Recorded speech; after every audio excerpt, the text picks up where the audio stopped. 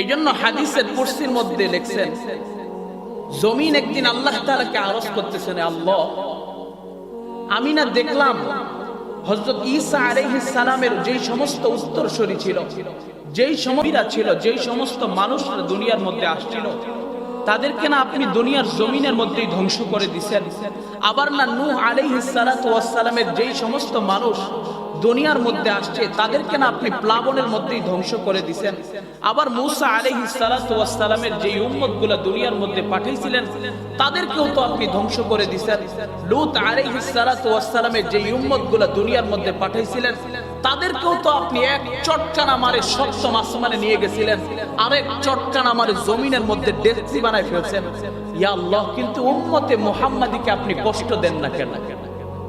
উম্মতে মুহাম্মাদীকে আপনি কেন কষ্ট দিচ্ছেন না? তাদেরকে কেন শাস্তি দিচ্ছেন না আপনি?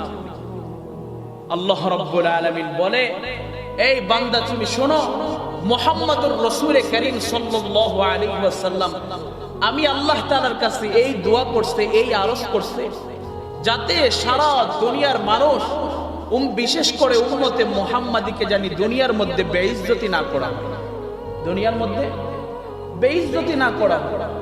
অন্যান্য যত নবী ছিল যাদের কওমকে ধ্বংস করা হয়েছে, তারা আল্লাহ তাআলার কাছে চাইছে, আল্লাহ এই কওমকে যদি হেদায়েত না দেন তাদেরকে ধ্বংস করে দেন।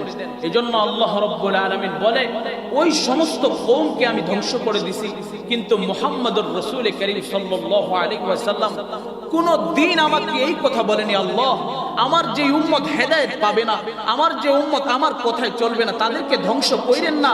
বরঞ্চ এই কথা বলছে, আল্লাহ কিয়ামত পর্যন্ত আমি মুহাম্মদুর রাসূল করিম সাল্লাল্লাহু আলাইহি ওয়াসাল্লামকে একদল মানুষ সারা জীবন মানবে, আর তাদেরকে দেখে একদল মানুষ ইসলাম ধর্ম গ্রহণ করবে। আল্লাহ এই মানুষদেরকে কোনোদিন দুনিয়ার মধ্যে বেইজ্জতি কইরেন না, কোনোদিন বেইজ্জতি কইরেন না।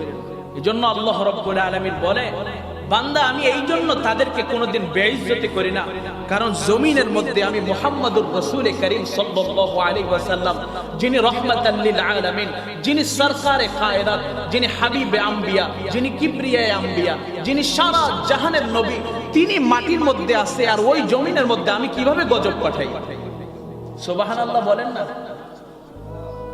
ওই জমিনের মধ্যে আমি কিভাবে গজব পাঠাই? এটা আমার দ্বারা কোনোদিন সম্ভব না।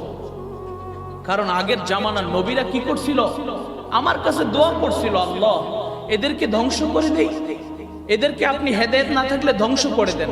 কিন্তু মুহাম্মদুর রাসূল করিম সাল্লাল্লাহু আলাইহি ওয়াসাল্লামকে এত পরিমাণ কষ্ট দেওয়া হয়েছে, এত পরিমাণ মানুষটাকে টর্চার করা হয়েছে, না দুনিয়ার মধ্যে এমন কোন মানুষের উপর টর্চার করা হয়েছে, না সামনেও কোনোদিন আসবে না, পিছনেও কোনোদিন অতিবাহিত হয়ে যায় নাই, এমন মানুষটাকে কষ্ট দিচ্ছে। কিন্তু উম্মতের জন্য কোনোদিন কোনো মানুষের জন্য বদদোয়া করে যায় না, কোনোদিন কোনো মানুষের জন্য বদদোয়া করে।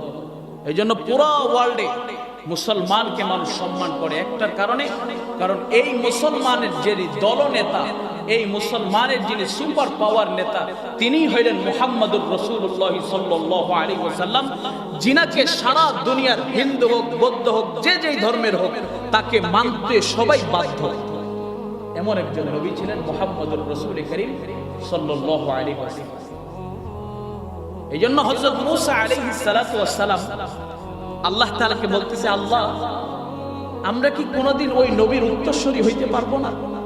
আরো অনেক নবী বলছে, আল্লাহ আমাদের ওই নবীর উত্তরসূরি না হইতে পারি, কমপক্ষে ওই নবীর উম্মত হিসাবে আমাদেরকে পাঠান।